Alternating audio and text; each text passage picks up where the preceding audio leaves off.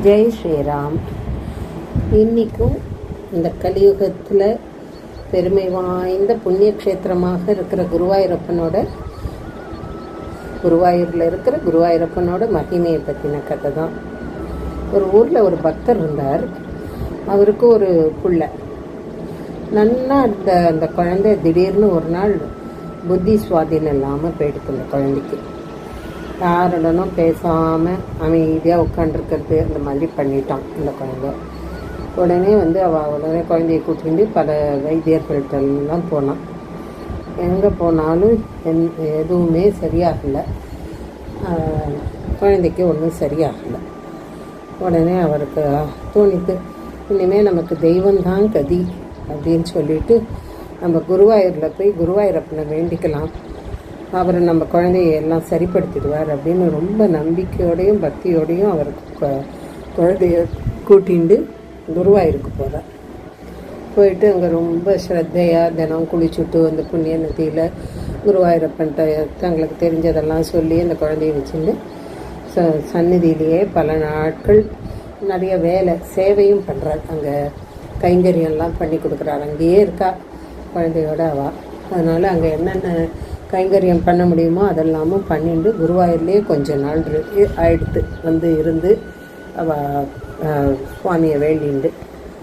அப்போ ஒரு நாள் என்ன ஆகுது, அவரோட கனவுல குருவாயூரப்பன் வர வந்துட்டு, உன்னோட குழந்தை குமாரனுக்கு இப்படி இருப்பதற்கு காரணம் முன் ஜென்மத்தில் குரங்கு ஒன்றை கொன்னுட்டான், அதனால் ராமருக்கு அபச்சாரம் செய்ததாயிடுது.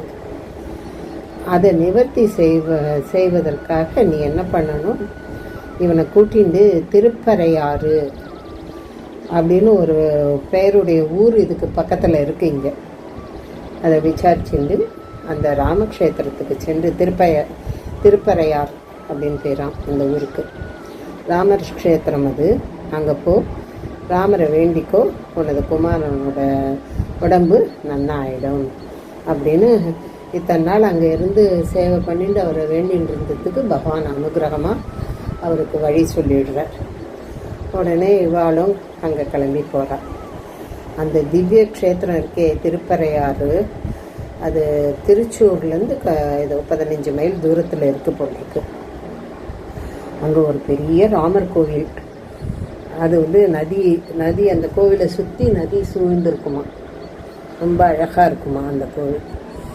அந்த கோவிலுக்கு போகணுன்னா நதி சூழ்ந்து அதுக்கிட்ட நடுவில் அந்த கோவில் இருக்கிறதுனால முந்தி காலத்தில் அதுக்கு போகணுன்னா பரிசல்னு சொல்வாளே, அதில் ஏறி போய் தான் அந்த கோவிலுக்கு போவாளாம். உடனே இவா அங்கே சுவாமியை பிரார்த்தனை பண்ணுறதுக்கு அங்கே போயிடுறா. அங்கெல்லாம் கேரளாவில் முக்கால்வாசி நிறைய இடங்களில் சுவாமிக்கு அதிர்வெடின்னு அதுவே ஒரு பெரிய இது மாதிரி பிரார்த்தனை மாதிரி வச்சுட்டு நிறைய வெடிச்சுட்டே இருப்பாள். அந்த மாதிரி அதிர்வெடியெல்லாம் அங்கே கேட்குறது. இவா அந்த திருப்பரையாறு என்ற அந்த க்ஷேத்திரத்துக்கு சென்று சில வாரம் அங்கே தங்கி ராமரை தரிசனம் பண்ணிவிட்டு அங்கேயும் கைகரியெல்லாம் பண்ணிட்டு ஒரு நாள் இருக்கா. ஒரு நாள் என்னாச்சு, காலம்புற அவரும் அந்த பையனும் அங்கே போய் சுவாமியை தரிசனம் பண்ணிட்டு இருக்கும்போது அந்த பையன்கிட்ட ஹனுமார் வரார். கையில் நிறைய துளசி குங்குமம் சந்தனம் எல்லாம் வச்சுட்டு அந்த பையனுக்கு மட்டும் தெரியறது ஹனுமார்னு. கையில் கொண்டு இந்தா வாங்கிக்கோ அப்படின்னு கொடுக்குறார் ஹனுமார். அவன் இப்படியே பார்த்துட்டே இருக்கான். கொஞ்ச நாளையில் அவன் அப்பாவை திரும்பி பார்த்து, அப்பா இங்கே பாருங்க,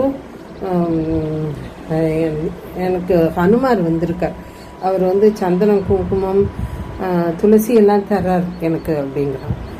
இவருக்கு ஒன்றுமே புரியல, அங்கே யாரையும் காணோம், அதனால் அவருக்கு தெரியல.